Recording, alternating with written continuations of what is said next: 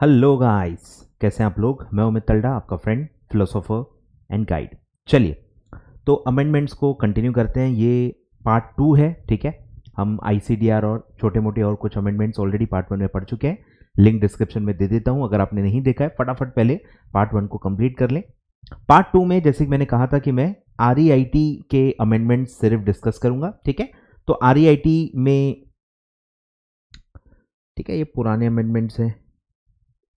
Dates मैं already आपको बता चुका हूं कि दिसंबर 24 के लिए क्या डेट्स हैं, ठीक है। ये रेंज में नहीं है, पुराने अमेंडमेंट्स हैं, पास्ट में मैंने पढ़ाए हुए हैं, ठीक है।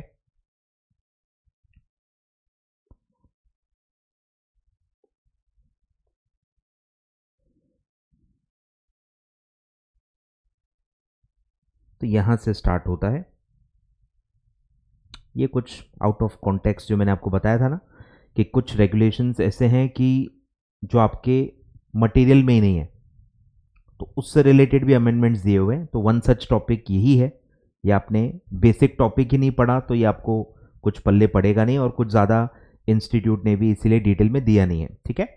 तो मेजर जो अमेंडमेंट है जो हमको कवर करना है वो है कि एक नया चैप्टर ऐड हुआ है in the REIT regulations 2014, which is chapter 6B, ठीक है। चैप्टर 6B अलग से ऐड हुआ है, जो एक अलग सब फील्ड ओपन कर रहा है for SM REIT, small and medium REIT का एक अलग ही एक दुनिया बनाई गई है उनके लिए, ठीक है। तो ये पूरा वही एक मेजर अमेंडमेंट है और वही हम डिटेल में डिस्कस करेंगे और नॉर्मल REIT से उसको कंपेयर करेंगे।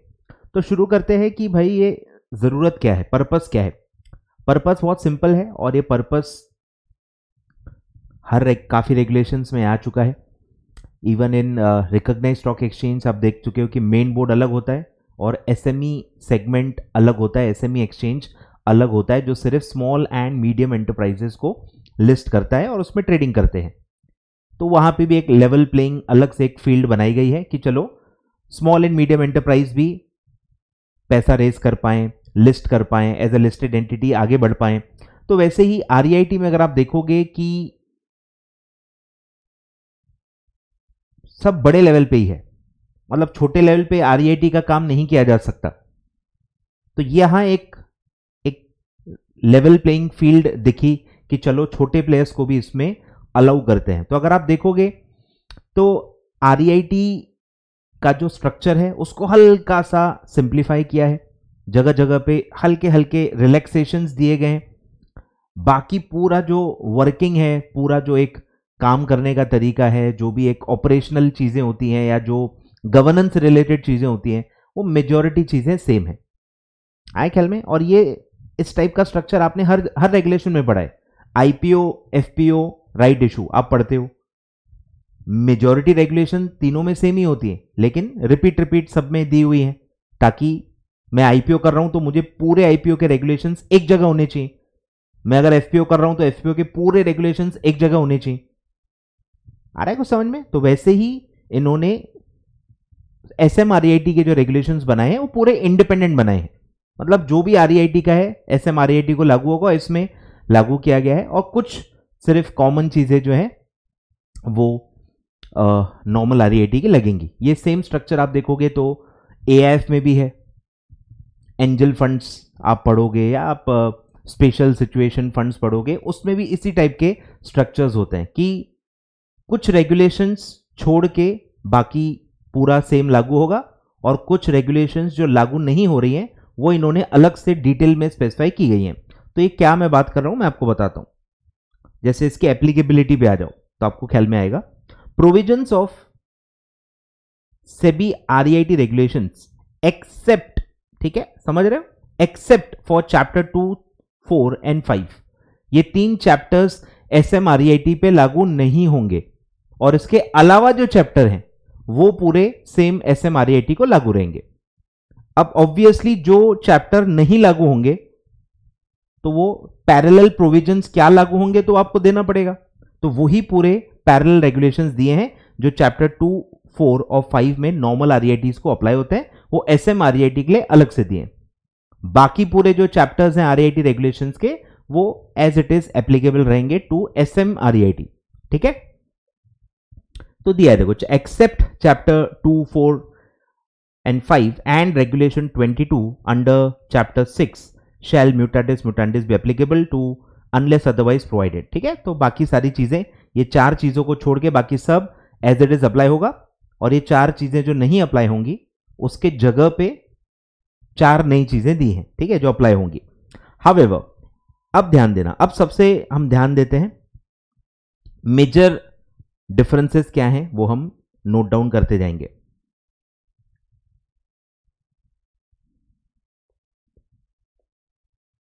ठीक है, मेजर डिफरेंसेस.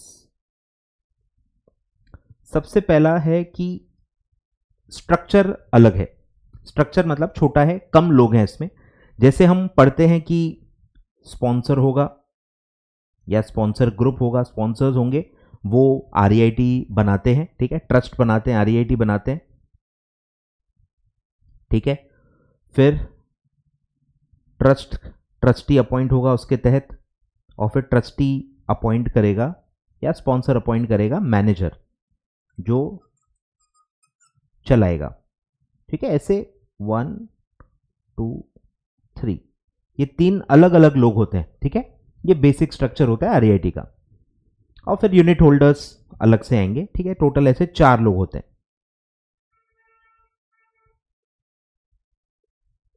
ठीक है, तो यहां पे बस एक रिलैक्सेशन ये किया है कि मैनेजर और स्पॉन्सर एक ही पर्सन रहेगा, मतलब वो एक ही इंसान है, दोनों रोल एक ही पर्सन निभाएगा. 2 in 1 डबल रोल है. डबल रोल बेसिकली है. ठीक है, जैसे आमिर खान का धूम में है, मल्टीपल मूवीज में डबल रोल होता है, वैसे ही यहां पे बस डबल रोल है. इंसान एक ही होगा, स्पॉन्सर के सारे काम भी उसी को करने और मैनेजर के काम भी उसी को करने. तो ये एक रिलैक्सेशन दिया है उन्होंने स्ट्रक्चर में. ठीक है, कि sponsor and manager is same. ठीक है, एक ही पर्सन दोनों रोल निभाएगा, डबल रोल है. क्लियर है, मतलब एसएमआरईआईटी में 3 ही चीजें हैं. एक है स्पॉन्सर मैनेजर, मतलब जिसको एक कॉमन नाम दिया गया है, इन्वेस्टमेंट मैनेजर बोला गया है उसको. तो इन्वेस्टमेंट मैनेजर होगा जो बनाएगा और चलाएगा. बनाएगा भी वही, ठीक है, इन्वेस्टमेंट मैनेजर ही सेटअप करेगा और इन्वेस्टमेंट मैनेजर ही उसको मैनेज करेगा, रन करेगा. ठीक है, और फिर ओवरसाइट के लिए, गवर्नेंस के लिए ट्रस्टी रहेगा, जो आरईआईटी के थ्रू, ट्रस्ट डीड के थ्रू ट्रस्टी अपॉइंट होगा. और फिर जब हम फंड रेज करेंगे यूनिट होल्डर से, तो यूनिट होल्डर्स रहेंगे. मतलब इस स्ट्रक्चर में 3 ही लोग हैं, इन्वेस्टमेंट मैनेजर जिसके अंदर मैनेजर प्लस स्पॉन्सर आ गया, ट्रस्टी एंड यूनिट होल्डर्स. ठीक है, ये सबसे बड़ा स्ट्रक्चरल डिफरेंस है. आगे बढ़ते हैं. तो यहां पे अब आपको ध्यान देना है. ठीक है, अब जो आरईआईटी के बचे हुए रेगुलेशंस हैं, ठीक है, चैप्टर 2, 4, 5, रेगुलेशन 22, इनको छोड़ के जो एज इट इज लागू हो रही हैं, उसमें तो रेफरेंस स्पॉन्सर का अलग होगा, मैनेजर का अलग होगा. तो फिर वो लागू कैसे करेंगे, तो उसके लिए क्लैरिफिकेशन दिया गया है. However, any reference to manager or sponsor of the REIT under the applicable provisions of these regulations shall be construed as a reference to investment manager of SM REIT. ठीक है, तो ये नेसेसरी क्लैरिफिकेशंस दिए गए. ठीक है, चलो, तो मतलब स्पॉन्सर हो तो भी वो SM REIT के केस में इन्वेस्टमेंट मैनेजर का मतलब वो निकलेगा, और अगर मैनेजर लिखा है तो भी SM REIT के लिए वो इन्वेस्टमेंट मैनेजर ही माना जाएगा. दोनों काम उसी को करने हैं. और यहां देखो लिखा हुआ है, इन्वेस्टमेंट मैनेजर का सेपरेट डेफिनेशन है, मीन्स अ कंपनी. ठीक है, company incorporated in India, company structure ही है, विच सेट्स अप SMREIT, मतलब वो स्पॉन्सर का रोल कर रहा है, and manages the assets and investments. ठीक है, तो मैनेजर का भी काम कर रहा है of SMREIT and undertakes operational activities of the SMREIT. ठीक है, फिर एक कंसेप्ट इसमें है लिक्विड नेटवर्थ का. लिक्विड मतलब जो सेलेबल है, कभी भी आप उसको कैश एंड कैश इक्विवेलेंट्स में कन्वर्ट कर सकते हैं. तो नेटवर्थ जो आपने लिक्विड एसेट्स में डिप्लॉय किया है उसको हम लिक्विड नेटवर्थ कहेंगे. बेसिकली जो आपके एफडीज और शॉर्ट टर्म जो भी इंस्ट्रूमेंट्स होते हैं, मनी मार्केट इंस्ट्रूमेंट्स होते हैं, वो सब लिक्विड में आएंगे, ठीक है। और उस पर एनकम्बरेंस नहीं होना चाहिए, ठीक है, अनएनकम्बर्ड होना चाहिए, कोई चार्ज नहीं होना चाहिए उसके, इसको कहीं गिरवी रख के आपने कोई लोन नहीं लिया होना चाहिए, ठीक है। और वो दिया है कि लिक्विड एसेट में क्या क्या आएगा, कैश लिक्विड में ही आता है, यूनिट्स ऑफ ओवरनाइट और लिक्विड म्यूचुअल फंड्स, ठीक है। लिक्विड म्यूचुअल फंड्स के यूनिट्स अगर आप लेते हो तो वो units of liquid mutual fund भी लिक्विड एसेट्स माने जाएंगे आपके लिए। Fixed deposits, government securities, treasury bills, repo on the government securities, ठीक है, ये सारे लिक्विड एसेट्स में कैटेगराइज होते हैं, ठीक है। बाकी तो सेम ही है, कुछ खास नहीं है। दूसरा बड़ा डिफरेंस है कि नॉर्मली क्या होता है कि आप अपने अंडर में होल्डिंग कंपनी बना के उसके थ्रू भी प्रोजेक्ट्स कर सकते हो, या आप अपने अंडर में एसपीवी क्रिएट कर सकते हो और एसपीवी के थ्रू बिजनेस कर सकते हो, या आप डायरेक्ट किसी के साथ पार्टनरशिप में भी कर सकते हो, ठीक है। ऐसे अलग अलग तरीके होते हैं, लेकिन एसएमआरईआईटी को एक ही तरीका, एक ही स्ट्रक्चर दिया गया है, that is through SPV. SPV के थ्रू ही आपको वही स्ट्रक्चर में काम करना है। मतलब जो आपका आरईआईटी होगा, एसएमआरईआईटी, वो एक होली ओन सब्सिडरी बनाएगा, यानी एसपीवी क्रिएट करेगा, विच is a Holi own subsidiary,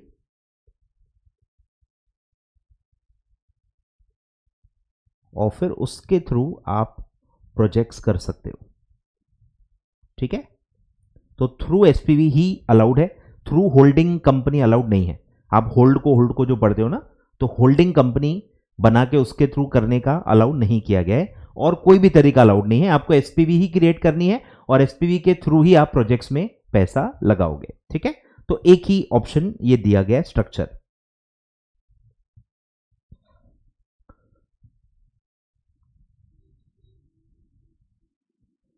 आगे बढ़ते हैं, काम की चीजों पे ध्यान देंगे। चलो, रजिस्ट्रेशन, ठीक है, एंड ग्रांट ऑफ सर्टिफिकेट, तो ये सेम ही है।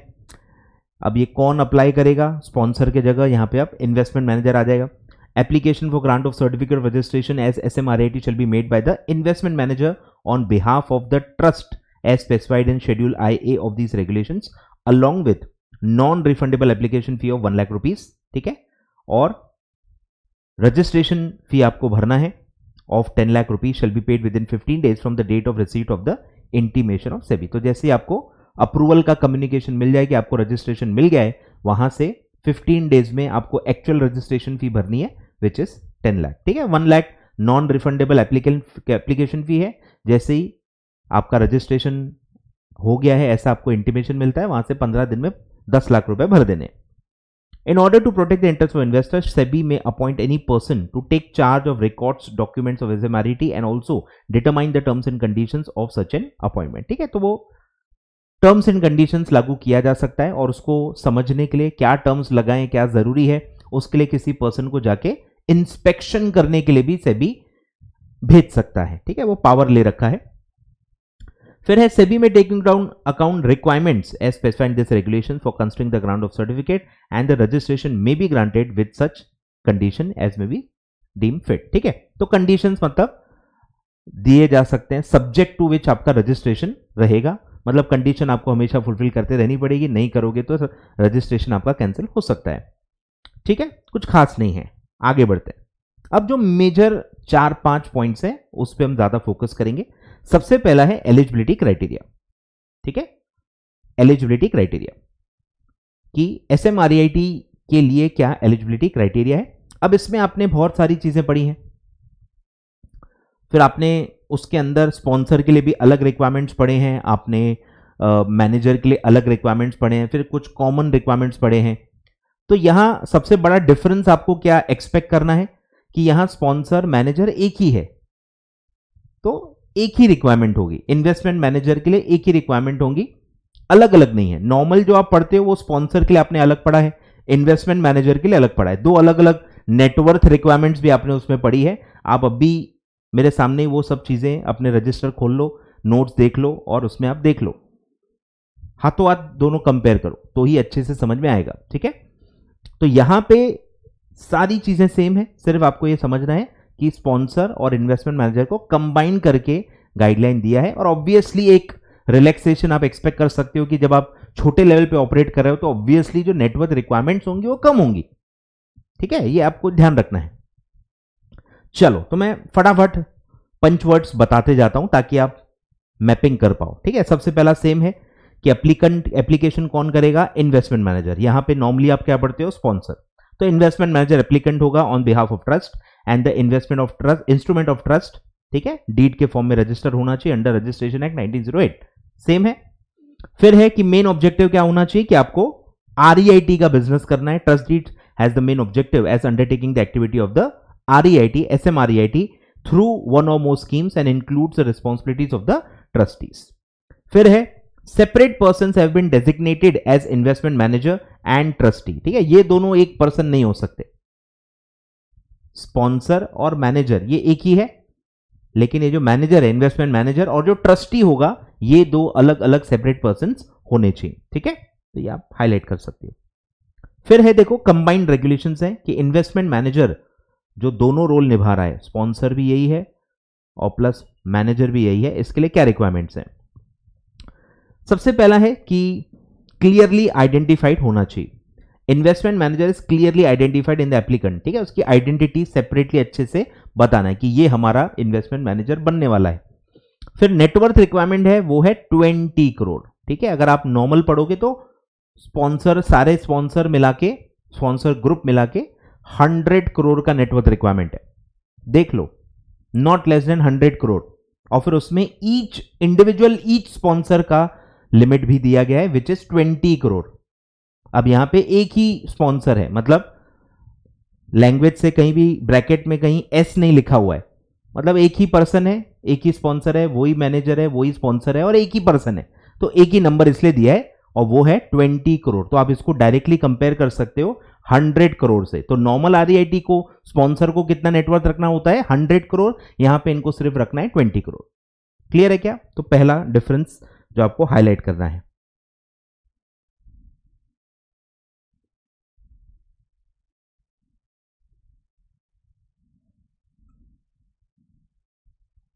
और इस 20 के अंदर 10 करोड़ जो है वो लिक्विड होना चाहिए, जो हमने डेफिनेशन में पढ़ा था, लिक्विड नेटवर्थ। ठीक है, including ₹10 crore in the form of positive liquid net worth. मतलब हमेशा आपका जो लिक्विड नेटवर्थ है वो पॉजिटिव ही होना चाहिए।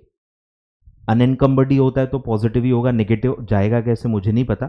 ठीक है, पॉजिटिव ही रहेगा और वो अनएनकम्बर्ड होना चाहिए, उस पर आप कोई लोन ले नहीं सकते, और वो लिक्विड होना चाहिए, जो हमने डेफिनेशन पढ़ी थी।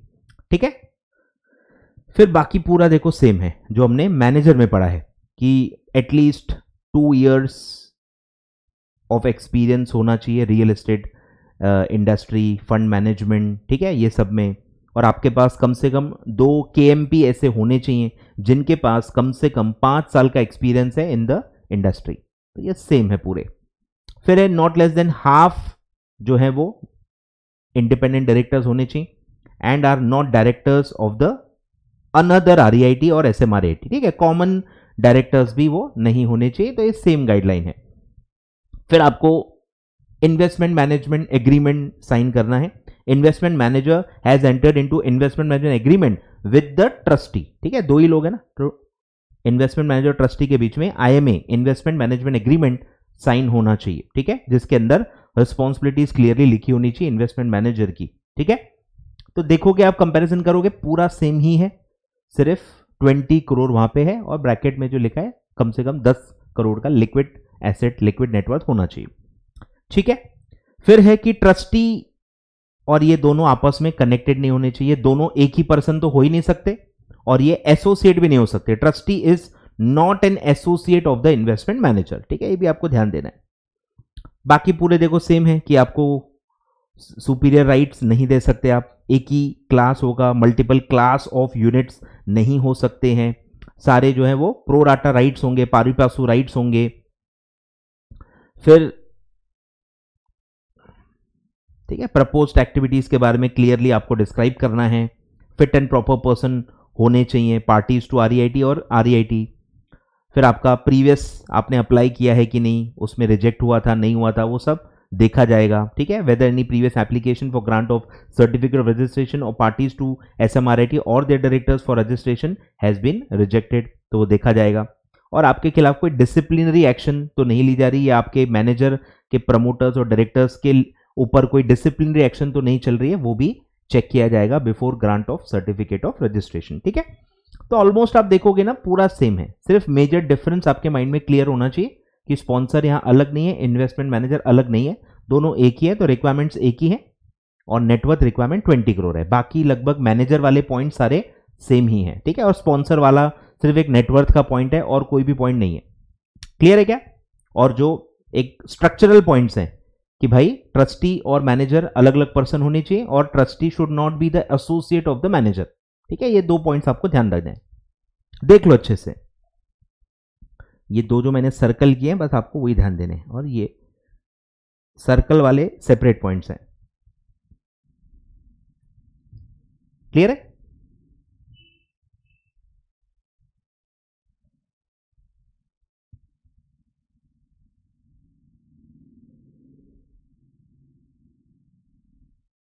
हाईलाइट करके देता हूं मैं आपको। चलो आगे बढ़ते हैं। तो ये हो गया आपका एलिजिबिलिटी क्राइटेरिया, ठीक है। आगे बढ़े। फिर ये माइग्रेशन का पॉइंट है, कुछ कुछ देखो मैं कट कराऊंगा, आप ही के भले के लिए है, फालतू चीजें कॉम्प्लिकेट करके कोई फायदा है नहीं, ठीक है। तो ये माइग्रेशन का पॉइंट है कि एग्जिस्टिंग REIT को अगर SMREIT में जाना है तो क्या होगा, ये सब दिया है। तो ये सब रियल लाइफ के लिए इंपॉर्टेंट होता है, एग्जाम के लिए बिल्कुल भी इंपॉर्टेंट नहीं होता है, ठीक है। ट्रांजिशनल प्रोविजंस है। अब आ जाओ एलिजिबल इशूअर्स, ठीक है। मतलब एलिजिबिलिटी क्राइटेरिया का ही पॉइंट है। नॉन एलिजिबिलिटी दिया हुआ है कि कौन कौन SMREIT नहीं बन सकता, ठीक है। ये आपने हर जगह पढ़ा हुआ है, तो सेम ही है। SMREIT shall not be eligible to make an initial offer if, ठीक है। आप इनिशियल ऑफर नहीं कर सकते अगर नंबर 1 सेम याद आ रहा है कि अगर आप डिबार्ड हो by SEBI from accessing the capital market, तो फिर आप कैसे फंड रेज करोगे, ठीक है। द SMREIT और parties to SMREIT are debarred, ठीक है। आप डिबार्ड हो तो आप पैसा रेज नहीं कर पाओगे। फिर जो आपके जो पार्टीज हैं, मतलब जो इन्वेस्टमेंट मैनेजर हैं, उसके जो भी प्रमोटर्स डायरेक्टर्स, ठीक है, वो लोग हैं। Any of the promoters, promoter group, directors of the parties to SMREIT are debarred from accessing the securities market or dealing in securities by SEBI, ठीक है। तो पहले में REIT खुद और जो उसके पार्टीज हैं, वो पार्टीज क्योंकि आर्टिफिशियल पर्सन होते हैं तो उनकी खुद की आइडेंटिटी है, ठीक है। तो इसलिए वो पार्टीज टू REIT अलग होता है और वो पार्टीज के प्रमोटर्स, प्रमोटर ग्रुप, डायरेक्टर्स वो अलग होते हैं, ठीक है। तो इसलिए अलग अलग पॉइंट दिया है। तो ये मतलब एक ही पॉइंट है पूरा। 1 2 3 4 5, ठीक है। 5 लोग डिबार्ड है तो आप इनिशियल ऑफर नहीं कर सकते। फिर है जो इनडायरेक्ट डिपार्टमेंट वाला हम पढ़ते हैं, ICDR में भी पढ़ा हुआ है, सेम है।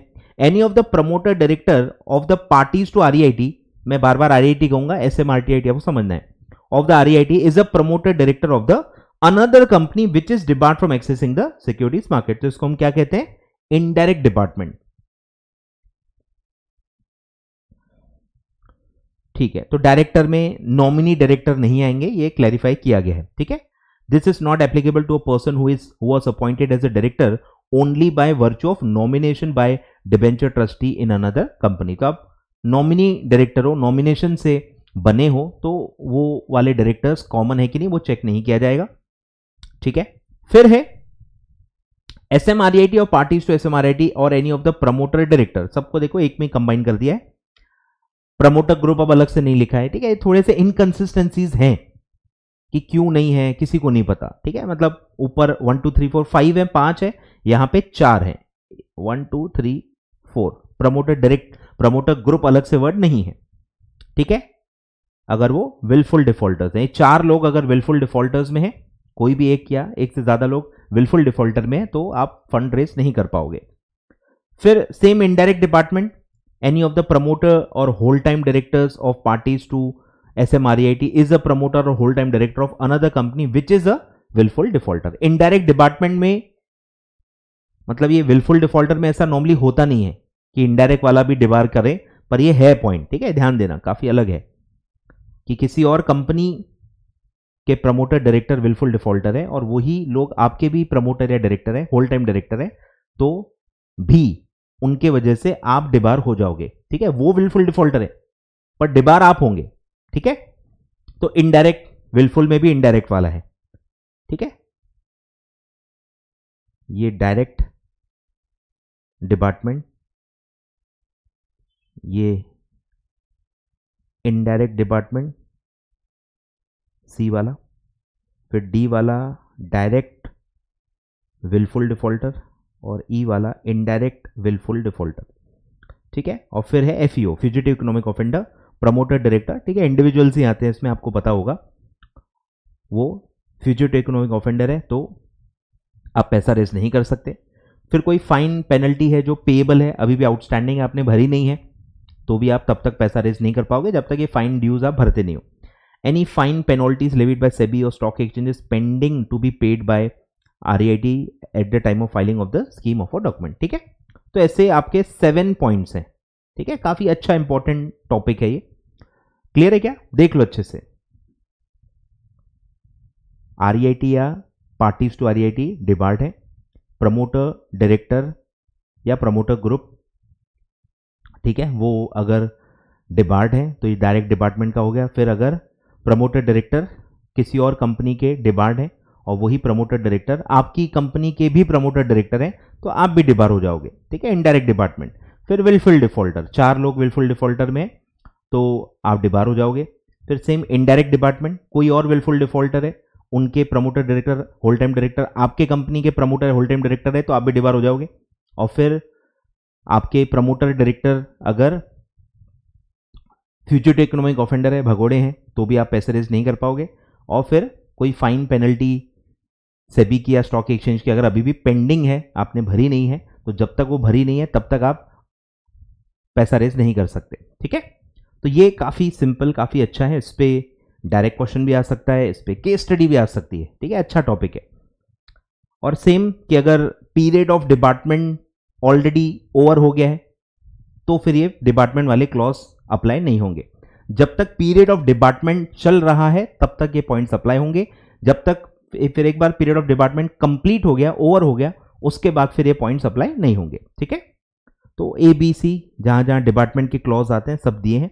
Shell not be applicable if the period of department is over as on the date of filing the scheme of a document. ठीक है, स्कीम ऑफ डॉक्यूमेंट जब आप फाइल कर रहे हो फंड रेजिंग के लिए, उस डेट पे चेक करेंगे कि पीरियड ऑफ डिपार्टमेंट चल रहा है या खत्म हो गया।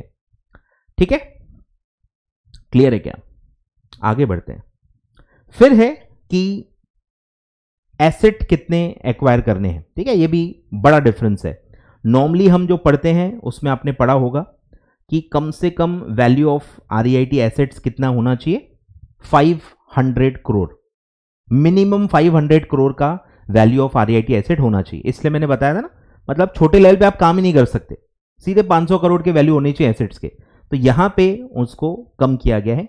वैल्यू ऑफ SMREIT एसेट्स जो हैं वो हैं मिनिमम 50 करोड़। ठीक है, मिनिमम बस 50 करोड़ के एसेट आपके होने चाहिए और लेस देन 500 होने चाहिए, क्योंकि आप स्मॉल हो ना, तो 500 के ऊपर आप नहीं जा सकते। उसी रेंज में आप खेलो, 50 से 500 के बीच में आपके एसेट्स होने चाहिए, आप खेलो। 500 से ऊपर गए तो फिर आपको एक रेगुलर REIT की तरह काम करना पड़ेगा। ठीक है, अगर आप SMREIT के बेनिफिट्स लेके काम करना चाहते हो तो आपका वो रेंज के बीच में आपका आना चाहिए। ठीक है, तो ये आपको स्पेशल पॉइंट ख्याल में रखना है। No offer of units by scheme of SMREIT shall be made unless the size of assets proposed to be acquired in a scheme of SMREIT is at least 50 crores and less than 500 crore.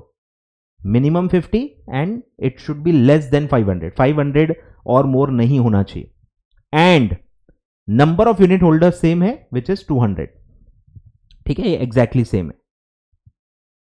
Minimum number of unit holders, ठीक है, obviously other than the जो structure के वाले parts हैं, investment manager, उसके related party, उसके associate, पूरा जैसे हम स्पॉन्सर एंड स्पॉन्सर ग्रुप कहते हैं, प्रमोटर ग्रुप कहते हैं, वैसे ये सब जो उनको चला रहे हैं वो छोड़ के बाहर के जो लोग हैं वो नॉट लेस देन 200 होने चाहिए, कम से कम 200 यूनिट होल्डर्स होने चाहिए। ठीक है, फिर ये ट्रांजिशनल पॉइंट है, कट कर देना।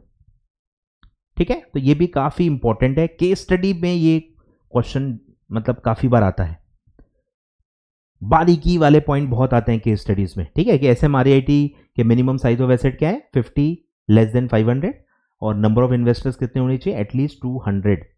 ठीक है, आगे बढ़ते हैं।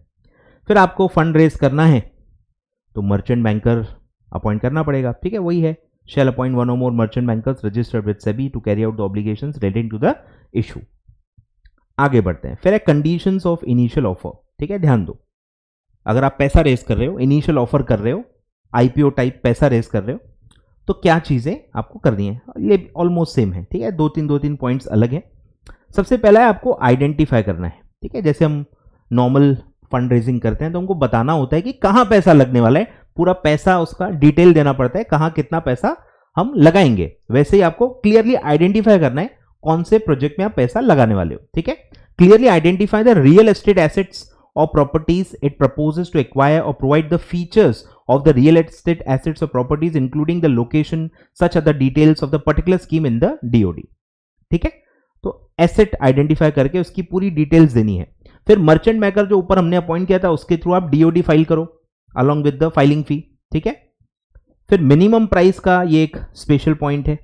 मिनिमम प्राइस जो यूनिट का होगा वो होगा 10 लाख, ज्यादा रखा है। ठीक है, आपने SME एक्सचेंज में भी पढ़ा होगा, SME में भी बहुत ज्यादा होता है।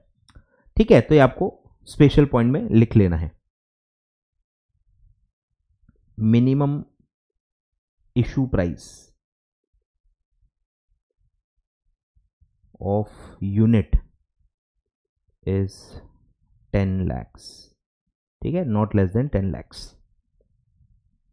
लिखते जाओ मेरे साथ साथ, बढ़े आगे। तो ये अलग पॉइंट है। ईच स्कीम, ठीक है, shall be identified by separate name which shell not be misleading, not portray any guaranteed returns. ठीक है, सब सेम पॉइंट्स हैं। फिर है वैल्यू जो है सेम रिपीट आया है कि कम से कम 50 करोड़ के वैल्यू ऑफ REIT एसेट्स हर स्कीम के होने चाहिए। फिर है manager and trustee shall ensure that assets of each scheme, ठीक है, सबको सेपरेट रखना है, रिंग फेंस करना है, जो आपने इनसाइडर ट्रेडिंग में भी पढ़ा हुआ है। ठीक है, हर मतलब स्कीम्स को मिक्स नहीं करना है। ठीक है, हर स्कीम के हिसाब किताब, डॉक्यूमेंट्स, एसेट्स, लोग सब अलग अलग होने चाहिए। ठीक है, assets of each scheme, bank accounts of each scheme, investment और demat accounts, books of accounts, ठीक है, are segregated and ring fenced, मतलब एक्सेस नहीं होना चाहिए। अगर मैं स्कीम A में हूं तो मैं स्कीम B एक्सेस न कर पाऊं। रिंग फेंस यानी ताला लगा होना चाहिए, एक इंसान को, एक डिपार्टमेंट या एक स्कीम को दूसरे स्कीम के डिटेल्स का या अकाउंट्स का या डॉक्यूमेंट्स का एक्सेस नहीं होना चाहिए, रिंग फेंस करके होना चाहिए। ठीक है, फिर है जो भी आप, क्योंकि रियल एस्टेट में डील कर रहे हो तो आपके प्रॉपर्टी डॉक्यूमेंट जो होंगे ओरिजिनल, जो खरीदी करने के बाद आपको मिलते हैं, आपके नाम पे होते हैं, वो आपको प्रॉपरली सेफ बॉक्स में रखना है। ठीक है, manager and the trustee shall ensure that the property documents evidencing the title to the assets or properties along with the related papers shall be duly maintained in a safe deposit box। ठीक है, safe deposit box में आपको रखना है at a schedule commercial bank and be annually inspected by the trustee. ठीक है, साल में एक बार चेक भी करना है ट्रस्टी को जाके कि वो अभी भी है कि नहीं। ठीक है, फिर है सेम DOD पब्लिक कमेंट्स के लिए रखना है। ठीक है, for not less than 21 days. फिर ऑब्जर्वेशंस इशू होंगे सेबी के through within 30 days whichever is later, ये सब आपने सेम पढ़ा हुआ है। ठीक है, और ऑब्जर्वेशंस जो भी देगा सेबी वो आपको इंश्योर करना है कि आपको इनकॉर्पोरेट करना है फाइनल डॉक्यूमेंट में। तो कुछ खास नहीं है। ठीक है, स्पेशल पॉइंट्स के हिसाब से देखोगे तो बस ये 10 लाख का एक स्पेशल पॉइंट है। 50 करोड़ ये तो ऑलरेडी था। ठीक है, बाकी लगभग मेरे ख्याल से सेम है। क्लियर है क्या? देख लो, कंपेयर कर लो। बढ़े आगे। अब है इन्वेस्टमेंट कंडीशंस। ठीक है, ये भी one of the important point है। आ जाओ, तो जो मैंने पहले ही बताया कि यहां स्ट्रक्चर एक ही है, SPV स्ट्रक्चर ही है। SPV shall directly and solely own all the assets that are acquired or proposed to be acquired by the scheme of which SPV is a wholly owned subsidiary। ठीक है, SPV Holi own subsidiary होनी चाहिए SMREIT की, और पूरे assets SPV own करेगी solely. ठीक है, फिर है कि जो इन्वेस्टमेंट का बाइफिकेशन होता है 80-20 होता है नॉर्मली, यहां पे अलग है, ठीक है, ध्यान देना। यहां पे है 95%, at least 95% of the value of scheme assets of each of its schemes are invested in completed and revenue generated properties and shall not invest in under construction or non revenue generating asset, ठीक है। Under construction या non revenue वालों पे आप invest कर ही नहीं सकते, और आपको कंप्लीटेड एसेट्स में मिनिमम 95% इन्वेस्ट करना है, ठीक है। और बचा हुआ जो 5% है वो आप लिक्विड एसेट्स में इन्वेस्ट कर सकते हो, ठीक है। May be invested in liquid assets which are unencumbered, ठीक है क्या। ये REIT के लिए लिखा है, SPV के लिए। सर आपने वो लिक्विड एसेट का एक पॉइंट आया था, वो इन्वेस्टमेंट मैनेजर के लिए, वो मैनेजर के लिए, ये REIT के लिए, ठीक है, फर्क समझो। क्लियर है क्या। तो 95-5 ऐसा रेशो है। फिर है कि साफ साफ लेंडिंग मना की है, आप किसी को लोन नहीं दे सकते। आप SPV को लोन दे सकते हो, REIT किसी अदर एंटिटी को पैसा नहीं दे सकती, लोन वगैरह नहीं दे सकती। SPV भी किसी को लोन नहीं दे सकती। सिर्फ एक ही लोन अलाउड है कि आप SMREIT हो, आप अपने SPV को पैसा दे सकते हो, वो अलाउड है। उसके अलावा कोई भी लेंडिंग लोन लेना देना अलाउड नहीं है, ठीक है। The scheme of SMREIT shall not be permitted to lend to any entity other than lending to SPV, ठीक है। अपने ही SPV को दे सकते हो। और फिर SPV भी आगे चल के किसी को नहीं दे सकती। SPV shall not be permitted to lend to any entity, मतलब सिर्फ वन वे अलाउड है, एक ही चीज अलाउड है कि आपका जो REIT है, SMREIT, वो लोन दे सकता है अपने खुद के SPV को, बस एक ही चीज अलाउड है, बाकी सब लेंडिंग अलाउड नहीं है, ठीक है। तो ये भी काफी इंपॉर्टेंट है, काफी इंपॉर्टेंट है, अच्छे से पढ़ना। बढ़े आगे। चलो, फिर है मोड्स ऑफ फंड रेजिंग। ये भी कुछ खास नहीं है, सेम ही है, ठीक है, ध्यान दो। सबसे पहला है कि आप पैसा कहां से रेज कर सकते हो, फ्रॉम एनी इन्वेस्टर, ठीक है, वेदर इंडियन और foreign, bye way of issuance of units. फिर अगर फॉरेन से पैसा ले रहे हो, इन्वेस्टर से पैसा ले रहे हो, तो RBI के गाइडलाइंस फॉलो करके, government of India FEMA guidelines follow करके आप पैसा ले सकते हो, पूरा सेम है। अब ध्यान देना, scheme of SMREIT and SPV thereafter may undertake leverage, ठीक है। लेवरेज लेना अलाउड है, बस आपको पहले बताना पड़ेगा, बता के लोन लेना है, ठीक है। मतलब फंड रेजिंग के समय जो आप डॉक्यूमेंट फाइल करते हो, ड्राफ्ट या ऑफर डॉक्यूमेंट जो फाइल करते हो, उसमें क्लियरली मेंशन होना चाहिए कि ये स्कीम लोन लेगी, लेवरेज लेगी या नहीं लेगी, ठीक है। तो लेवरेज लेना है अगर, तो आपको पहले ही बताना है। एक है देना, एक है लेना। कुछ बच्चे कंफ्यूज हो जाएंगे, सर अभी हमने बोला कि लेंडिंग अलाउड नहीं है। अरे वो लोन देना अलाउड नहीं है, लेना अलाउड नहीं है, कहां लिखा है। हम ये लोन लेने की बात कर रहे हैं। लेवरेज का मतलब क्या है, बोरोइंग्स, लोन लेना, लोन ले सकते हैं, लोन दे नहीं सकते। लिख लो अगर कंफ्यूजन होगा तो ये लोन लेने की बात हो रही है, फंडिंग की बात हो रही है। May undertake leverage if the option to undertake leverage is disclosed in the scheme offer document file for the initial offer, ठीक है। तो यूनिट्स इशू करके आप पैसा रेज करोगे, नॉर्मल, मतलब मेन फंड कहां से आएंगे, यूनिट से। और यूनिट के अलावा आप कहां से पैसा ले सकते हो, लेवरेज से, ठीक है। दो चीजें ऐसे अलाउड है।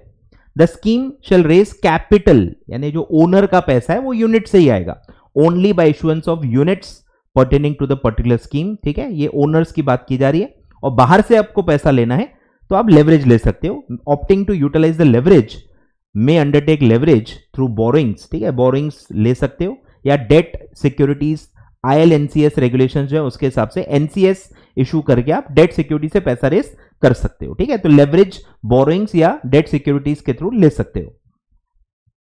बस आपको फंड डॉक्यूमेंट में, आपको ऑफर डॉक्यूमेंट में बताना है। तो रिपीट काफी चीजें दी है, देखो। With regard two modes following shall apply. Number 1, capital only from equity investment, जिसको आप यूनिट्स कहते हो। यूनिट होल्डर्स इक्विटी के बराबर होते हैं, ओनर्स होते हैं, वोटिंग राइट्स होते हैं उनके पास, तो यूनिट से ही पैसा लाना है, ओनर्स से। ओनर्स को डेट नहीं दे सकते, समझ रहे हो, उनसे यूनिट से ही पैसा लेना है, डेट आप फिर किसी और से ले सकते हो। May raise funds by way of borrowings, ठीक है, फ्रॉम द स्कीम, और फिर लेवरेज ले सकते हैं, ठीक है, थ्रू एक्सटर्नल बोरिंग्स और इशुएंस ऑफ डेट्स, ठीक है। सेम ही चीजें रिपीट लिखी हैं। अब एक जो लिमिट होती है वो भी सेम है। कि ज्यादा से ज्यादा लेवरेज आप कितना ले सकते हो, 49% of the value of scheme assets. Scheme assets का मैक्सिमम 49% तक ही आप लेवरेज यानी बोरिंग्स ले सकते हो। और जैसे ही आपका 25% क्रॉस होगा, 25 तक नॉर्मल मैनेजर डिसीजंस ले सकता है।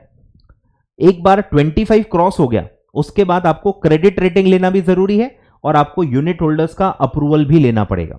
ठीक है, तो वो अप्रूवल के लिए लिमिट अलग से दी हुई है।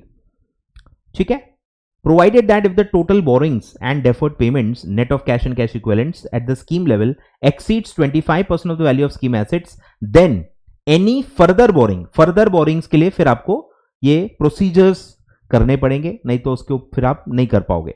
तो 25 के ऊपर अगर आप जैसे ही जा रहे हो, एडिशनल बोरिंग्स जो भी आप 25 के ऊपर लोगे, क्रेडिट रेटिंग आपको लेना पड़ेगा from a credit rating agency registered with SEBI, और आपको यूनिट होल्डर्स का अप्रूवल लेना पड़ेगा, तो ही आप बोरिंग ले पाओगे। तो ये रिक्वायरमेंट्स हैं।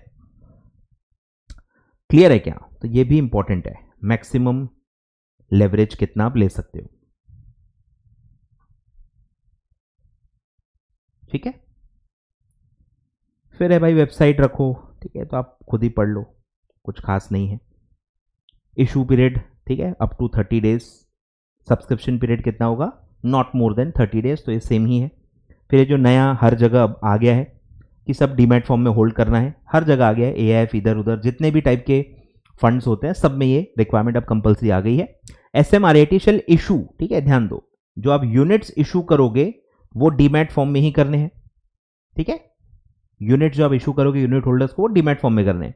फिर इन्वेस्टमेंट जो आप करोगे, investments of scheme of SMREIT in SPV, वो भी डीमैट फॉर्म में होनी चाहिए। मतलब एसपीवी भी जो इशू करेगा यूनिट्स या शेयर्स जो भी होगा, वो भी डीमैट फॉर्म में ही होना चाहिए। ठीक है, आगे बढ़ते हैं। फिर है लॉक इन रिक्वायरमेंट्स। ठीक है, ये भी ऑलमोस्ट सेम है, सिर्फ एक ही डिफरेंस है, लेवरेज के हिसाब से दो ऑप्शंस दिए गए कि अगर आप लेवरेज नहीं ले रहे, लेवरेज ही नहीं ले रहे, ठीक है, तो आपका जो लॉक इन होता है, मैनेजर जो स्पॉन्सर है, मैनेजर इन्वेस्टमेंट मैनेजर, उसका जो लॉक इन होगा वो 5% होगा। 5% of the total outstanding units, इतना आपको मतलब मिनिमम रखना है फॉर 3 इयर्स। ठीक है, पहला जो लॉक इन होता है वो 3 इयर्स का होता है। 3 इयर्स में ऑप्शन दिया है, लेवरेज है नहीं है, इसके हिसाब से दो अलग अलग लिमिट्स हैं। तो अगर आपने लेवरेज नहीं लिया है तो पहले 3 साल में जो मिनिमम होल्डिंग आपको रखनी है वो 5% ही होगी बाय इन्वेस्टमेंट मैनेजर। उसको 5% फर्स्ट 3 इयर्स के लिए उतने यूनिट्स होल्ड करने होंगे।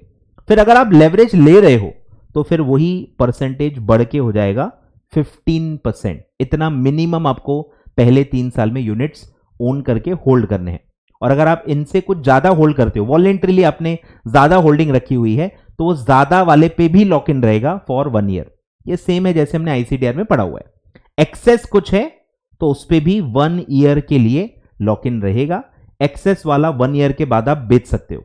ठीक है, आगे का जो है वो पूरा सेम है जो नॉर्मल आरईआईटी के लिए होता है। ठीक है, सिर्फ फर्स्ट 3 इयर्स में यहां अलग है। फर्स्ट 3 इयर्स में कितना होल्ड करना है दैट डिपेंड्स कि आपने लेवरेज लिया है कि नहीं लिया है। लेवरेज नहीं लिया है तो कम है 5%, और लेवरेज लिया है तो 15%। सर नॉर्मल वाले में क्या है? नॉर्मल वाले में 15% है। ठीक है, तो ये पहले 3 साल का है, फिर बाकी पूरा सेम है। ठीक है, बाकी पूरा सेम है कि फिर अगले 2 साल के लिए, ठीक है, ऐसे नंबर ऑफ ईयर्स हैं। पहला वाला 3 साल है, पहले 3 साल, फिर उसके अगले 2 साल में 5% है। ठीक है, 5 था, पहले भी 5 था, तो फिर 2 साल भी 5 ही रहेगा। 15 था तो वो कम होके 5 हो जाएगा। ठीक है, तो ये हो गया 4th and 5th ईयर्स 2 साल के लिए। फिर 3% मतलब रिड्यूस होते जाएगा। ठीक है, अगले 5 साल के लिए, मतलब 6 से लेकर 10 ईयर तक, फिर वो 1% और कम हो जाएगा, 2% हो जाएगा। अगले 10 ईयर्स के लिए 11 से लेकर 20th ईयर तक, 10 साल तक, फिर आपको सिर्फ 2% ही होल्ड करना है। और फिर 21 ईयर के बाद जितने भी समय तक आपकी स्कीम चलती है 1% ही आपको होल्ड करना है। ठीक है, तो ये सेम है, ये नॉर्मल में भी सेम है। पढ़ा होगा तो सब समझ में आ ही गया होगा, नहीं पढ़ा होगा तो पढ़ना पड़ेगा। ठीक है, और कुछ भी नहीं है। तो ये सब लॉक इन रिक्वायरमेंट्स है। ठीक है, और लिखा ही है कि सब अनएनकम्बर्ड होने चाहिए, उस पर कोई आप लोन भी नहीं ले सकते, ना वो आप ट्रांसफर कर सकते हो। ठीक है, लॉक इन रहेंगे, आप ट्रांसफर नहीं कर सकते और उसका कोई बेनिफिट भी नहीं ले सकते, कोई गिरवी रख के कुछ फंडिंग भी रेज नहीं कर सकते। अनएनकम्बर्ड होना चाहिए और लॉक्ड इन होना चाहिए। ठीक है, ये भी कट कर दो। क्लियर है क्या? तो देख लो, ये भी अच्छा पॉइंट है, लॉक इन रिक्वायरमेंट्स। बढ़े आगे। फिर है अलॉटमेंट एंड लिस्टिंग। सेम है, बोलो। अलॉटमेंट में क्या होता है कि भाई लिस्टिंग मैंडेटरी है। ठीक है, एसएमआरएटी जो भी यूनिट्स इशू करेगी वो लिस्ट करना मैंडेटरी है। फिर लिस्ट करते हो तो लिस्टिंग एग्रीमेंट बनेगा। ठीक है, तो वो सब दिया है कि listing shall be in accordance with the listing agreement, जो स्टॉक एक्सचेंज के साथ फाइल करोगे। फिर जो भी लिस्टिंग के बाद जो भी ट्रेडिंग होगी वो बाय लॉस के हिसाब से होगी। ठीक है, units in the listed in the designated stock exchange shall be traded, cleared and settled in accordance with the bylaws of the concerned stock exchange and conditions as may be specified by SEBI। फिर कि आपको timeline जो है allotment की, normally थोड़ा सा इसमें clarity नहीं है, बट सर्कुलर के हिसाब से देखें तो T+6 की टाइमलाइन हर जगह लागू हो गई है। तो T+6 के टाइम लिमिट के हिसाब से एज पर सर्कुलर आपको ये करना पड़ेगा। Units shall be allotted and listed with such timelines as may be specified। तो ये सर्कुलर के थ्रू टाइमलाइन स्पेसिफाई की जाती है और रिसेंटली वो T+6 दी गई है। और अगर आपने टाइमलाइन के हिसाब से अलॉटमेंट या लिस्टिंग नहीं किया तो आपको 15% के हिसाब से इंटरेस्ट लगेगा। ठीक है, investment manager shall pay interest to investors and such interest shall not be recovered in form of fees. ठीक है, सब आपने हर जगह पढ़ा हुआ है। फिर एक जो लिमिट आती है कि इन्वेस्टमेंट मैनेजर, मतलब जो आपका ग्रुप है जो चला रहा है ग्रुप को, स्पॉन्सर या स्पॉन्सर ग्रुप, इसके अलावा जो लोग होते हैं जिसको आप पब्लिक शेयर होल्डर्स कहते हो, तो यहां पब्लिक यूनिट होल्डर्स कहेंगे। तो पब्लिक यूनिट होल्डर्स में सिंगल यूनिट होल्डर मैक्सिमम कितना होल्ड कर सकता है उसकी भी लिमिट होती है कि एक अकेला यूनिट होल्डर कितना होल्ड कर सकता है जो स्ट्रक्चर का पार्ट नहीं है, जो आउटसाइडर है। ठीक है, तो नो पर्सन, ठीक है, यहां लिखा है other than investment manager, it's related party, it's associate. ठीक है, इन पे ये लिमिट लागू नहीं होती, इनके अलावा जिसको आप पब्लिक शेयर होल्डर्स कहते हो उनके लिए लिमिट है। No person shall hold units which shall taken together with units held by him. ठीक है, क्यूमुलेटिव लिमिट है, एग्जिस्टिंग नए सब मिला के, and by persons acting in concert. ठीक है, आपके जो पैक हैं जो आपसे मिले हुए हैं, पर्सन एक्टिंग इन कॉन्सर्ट, वो सब मिला के 25% से ज्यादा नहीं होना चाहिए। ठीक है, 25% of the total outstanding units of that scheme. ठीक है, तो पब्लिक शेयर होल्डर के लिए लिमिट है, पब्लिक यूनिट होल्डर्स। क्लियर है क्या?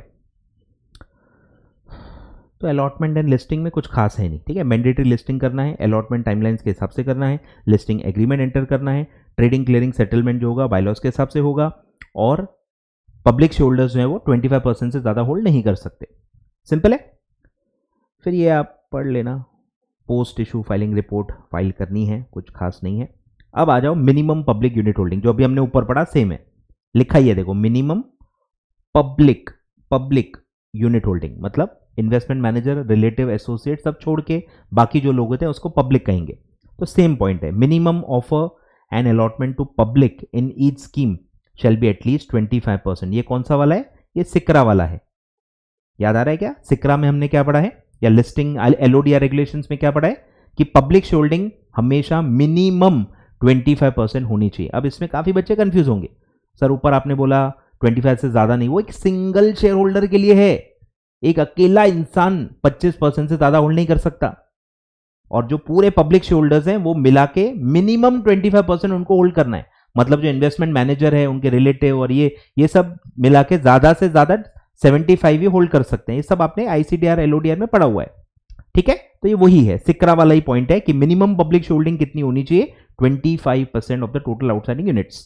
और फिर जो हमने पढ़ा, minimum public holding for units of each scheme shall be in accordance with point 1 above, Fehling विच, अगर आप ये मिनिमम पब्लिक होल्डिंग नहीं रख पाए तो आपके खिलाफ एक्शन होगा, इंक्लूडिंग डीलिस्टिंग। आपके यूनिट्स को डीलिस्ट भी किया जा सकता है, जो भी सेबी और स्टॉक एक्सचेंज के पास जो पावर्स होंगे वो उसके खिलाफ से आपके खिलाफ एक्शन ले सकते हैं। तो ये वही है मिनिमम पब्लिक शेयर होल्डिंग जो हमने सिक्रा में हम जो पढ़ते हैं, रूल 19 आई थिंक सब रूल 2 ऐसा कुछ जो हम पढ़ते हैं, ठीक है, वही वाला है। आगे बढ़ते हैं। फिर है डिस्ट्रीब्यूशंस, ये भी लगभग पैटर्न सेम है, थोड़ा थोड़ा डिफरेंस है, ध्यान दो। डिस्ट्रीब्यूशंस में क्या है, अब यहां पे होल्डिंग कंपनी तो है ही नहीं, एक ही स्ट्रक्चर है, ठीक है, SMREIT, उसके अंडर में SPV, SPV के अंडर में यूनिट होल्डर्स, मतलब सॉरी SPV, SPV, SMREIT और SMREIT के इसमें होंगे यूनिट होल्डर्स। फ्लो ऐसा होगा, ये कमाएगी क्योंकि इसने एसेट्स में इन्वेस्ट किया गया है, तो पहली जो कमाई आएगी वो SPV में आएगी, फिर SPV डिस्ट्रीब्यूट करेगी वो REIT को, और REIT डिस्ट्रीब्यूट करेगी यूनिट होल्डर्स को। एक ही स्ट्रक्चर है, ठीक है, ध्यान दो। तो अब यहां दिया गया है 95%, मिनिमम 95%। नॉर्मल वाले में क्या है, 90 है, याद रखना पड़ेगा, वहां पे 90 है, यहां पे 95 है, ठीक है। 95% जो भी है SPV के जो भी नेट डिस्ट्रीब्यूटेबल कैश फ्लोज होंगे उसका नॉट लेस देन 95% SPV को डिस्ट्रीब्यूट करना होगा REIT को, ठीक है, डिस्ट्रीब्यूटेड टू द REIT। फिर REIT ये पूरा का पूरा 100% जो REIT को जो मिला है SPV के थ्रू, वो पूरा का पूरा यूनिट होल्डर्स को देना होगा, ठीक है, ये आप सब पढ़ चुके हो। तो यहां आता है 95%, और ये जो पूरा मिलेगा उसका वो पूरा 100% यूनिट होल्डर्स तक आपको पहुंचाना है। 100% of the net surplus of the REIT shall be distributed to the unit holders, ठीक है। तो बस ये दो ही पॉइंट है। और फिर दिया है फ्रीक्वेंसी, नॉर्मल फ्रीक्वेंसी होती है 6 मंथ्स, 6 महीने में एक बार डिस्ट्रीब्यूशन देना है, यहां क्वार्टरली है, ठीक है, वंस इन एवरी क्वार्टर, ठीक है। और फिर टाइमलाइन दिया है कि not later than 15 working days from the end of the quarter, 15 दिन के अंदर अंदर, हर क्वार्टर के एंड के 15 दिन के अंदर डिक्लेयर करना है, अनाउंस करना है, और अनाउंसमेंट के 7 वर्किंग डेज के अंदर पे करना है। तो एक डिक्लेरेशन का है not later than 15 working days, और डिक्लेरेशन के बाद not later than 7 working days आपको पे करना है। सिंपल 4 पॉइंट्स है, क्लियर है। और अगर आप नहीं भर पाए तो इंटरेस्ट भरना पड़ेगा 15%, और ये मैनेजर को भरना पड़ेगा क्योंकि उसकी गलती है, और ये मैनेजर डायरेक्टली इनडायरेक्टली रिकवर नहीं कर सकता, ठीक है, ये उसके जेब से ही उसको भरना पड़ेगा, ठीक है। Shall not be recovered by manager from REIT, ठीक है। तो ये मैनेजर को ब्याज लगेगा, वो यूनिट होल्डर्स को पे करना होगा, ठीक है। बढ़े आगे। फिर ये भी बहुत इंटरेस्टिंग पॉइंट है कि रिलेटेड पार्टी ट्रांजैक्शन कर ही नहीं सकते, अलाउड ही नहीं है, सीधे प्रोहिबिट कर दिया गया है। SMREIT shall not enter into any transaction with related parties including transaction for facility management and property management। Management के भी काम उनको आप नहीं दे सकते, ठीक है। सिर्फ एक ही चीज है कि जो REIT मैनेजर, ट्रस्टी, इनमें जो फीस पे होती है कि भाई आप मेरे मैनेजर हो, मैनेजमेंट की फी ले रहे हो, तो ये तो इतना तो चलता है ना भाई, ये फीस तो पे करनी पड़ेगी, ये भी रिलेटेड पार्टी ट्रांजैक्शन में आता है, पर अलाउ किया गया क्योंकि इसके बिना तो काम ही नहीं होगा। ट्रस्टी अपनी ट्रस्टीशिप की फीस ले रहा है तो वो तो देनी ही पड़ेगी, ठीक है। तो ये बस अलाउ किया गया है। The regulation shall not apply to payment of fees, जो वो काम कर रहे हैं उसकी फीस लेंगे वो अलाउड है by SMREIT to the manager and trustee for carrying on the activities of the REIT, ठीक है, क्लियर है क्या। तो रिलेटेड पार्टी ट्रांजैक्शन कर ही नहीं सकते। फिर लास्ट टॉपिक पे आते हैं, rights and meetings of unit holders, ठीक है। ये नेवर एंडिंग टॉपिक है, बहुत बड़ा टॉपिक है, आपने नॉर्मल वाला भी ठीक से पढ़ा नहीं होगा, ठीक है। तो इसमें 2-3 पॉइंट्स जो अलग हैं वो मैं आपको अच्छे से बता देता हूं, बाकी पूरा देखो सेम है, ऊपर ऊपर से मैं बता देता हूं कि इनके पास राइट है टू रिसीव डिस्ट्रीब्यूशन, ठीक है, इनके राइट्स हैं। फिर कहाँ कहाँ अप्रूवल लगता है तो वो पूरा दिया है कि एक सर्टन परसेंटेज का क्राइटेरिया होगा, अलग अलग डिसीजंस के लिए अलग अलग परसेंटेज होता है, और जहां जितना मेंशन किया है उतना अप्रूवल के लिए लगेगा। फिर है कि राइट टू वोट, ठीक है, यूनिट होल्डर्स के पास होगा। फिर ये एक नया पॉइंट है, ये आपको ध्यान देना है कि SMREIT जब भी प्रॉपर्टी परचेज कर रही है या सेल कर रही है तो वो प्रॉपर्टी का वैल्यूएशन कराती है बाय द वैल्यूअर। वैल्यूअर एक वैल्यू निकालेगा, अब उस वैल्यू के 105% से ज्यादा में आप बाय करना चाहते हो या सेल करना चाहते हो, मतलब वैल्यूअर का एक अमाउंट आएगा, एग्जाम्पल 10 लाख रुपीस, तो तो 10 लाख का 105% वो आएगा 10,50,000। तो वैल्यूअर ने 10 लाख बोला है, पर आप कोई चीज 10,50,000 से भी ज्यादा में खरीद या बेच रहे हो, ठीक है, या फिर आप जो वैल्यूएशन का वैल्यू अमाउंट है उसके 95% से कम में परचेस या सेल कर रहे हो। मतलब 10% की खिड़की है, वैल्यूअर की जो वैल्यू है उसका 5% अप और उसका 5% डाउन, ये रेंज में है तो कोई दिक्कत नहीं है। पर अगर आप वो रेंज के ऊपर या रेंज के नीचे जाते हो, 105% से भी ज्यादा में वैल्यूएशन में ट्रांजैक्शन करना चाहते हो, 95% से कम में करना चाहते हो, तो ये पॉइंट अप्लाई हो जाएगा, आपको अप्रूवल लेना पड़ेगा, ठीक है। मतलब वैल्यूअर की वैल्यू पे काफी इंपॉर्टेंस है। तो मोर देन, ग्रेटर देन 105% और less than 95% of the value of the property as assessed by the valuer, approval from unit holder shall be required, wherein vote cast in favour shall be at least 3 times. मतलब तगड़ा SR type का ये approval होगा, 3 times votes आपके favour में होने चाहिए। मतलब वही स्पेशल रेजोल्यूशन टाइप, आपको रेजोल्यूशन पास करके ही आप इतने ज्यादा या कम वैल्यू पे बाय सेल कर सकते हो। तो ये काफी अच्छा पॉइंट है, अलग पॉइंट है। बाकी रूटीन पॉइंट्स है, देखो कि वोटिंग कैसे होगी, कि भाई ईदर बाय पोस्ट और थ्रू इलेक्ट्रॉनिक मोड, फिर नोटिस देना होगा, ठीक है, 21 क्लियर डेज, ठीक है। आप वो कंसेंट से कम ज़्यादा वो नोटिस का टाइम चेंज कर सकते हो। फिर है कि जो भी रिलेटेड पार्टीज हैं वो वोट नहीं कर सकते। No person who is interested, ठीक है, इंटरेस्टेड पर्सन्स वोट नहीं कर सकते। No person is interested in any transaction as well as associates of such person shall vote on the matter of that transaction. तो interested persons voting नहीं कर सकते हैं।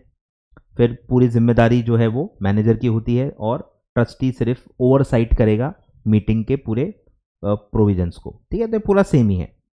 फिर भाई साल में एक बार एनुअल मीटिंग होनी चाहिए with in 120 days from the end of the financial year, ठीक है, ये सब सेम है। और 2 मीटिंग में 15 मंथ से ज़्यादा की गैप नहीं होनी चाहिए। तो ये पूरा सेम है पूरा। कोड ऑफ कंडक्ट प्रोसीजर पूरा फॉलो करके करना है मीटिंग्स को।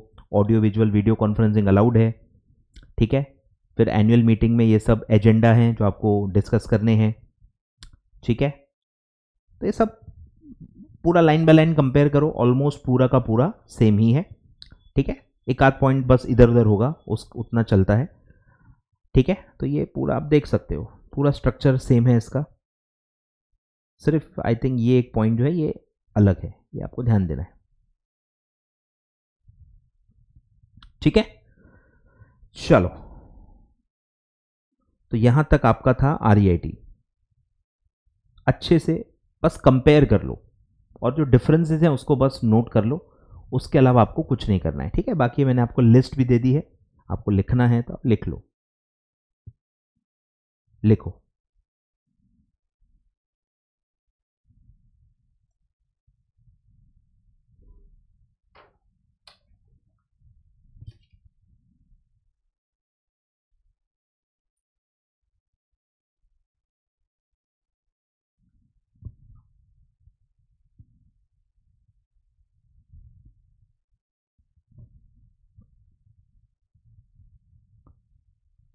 ठीक है, तो ये पार्ट में इतना ही है।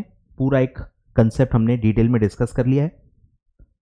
नेक्स्ट पार्ट जो है, थर्ड पार्ट जो आएगा, उसमें मैं सबऑर्डिनेट यूनिट्स का जो नया कंसेप्ट आया है INVIT में, वो पूरा मैं डिटेल में डिस्कस करूंगा।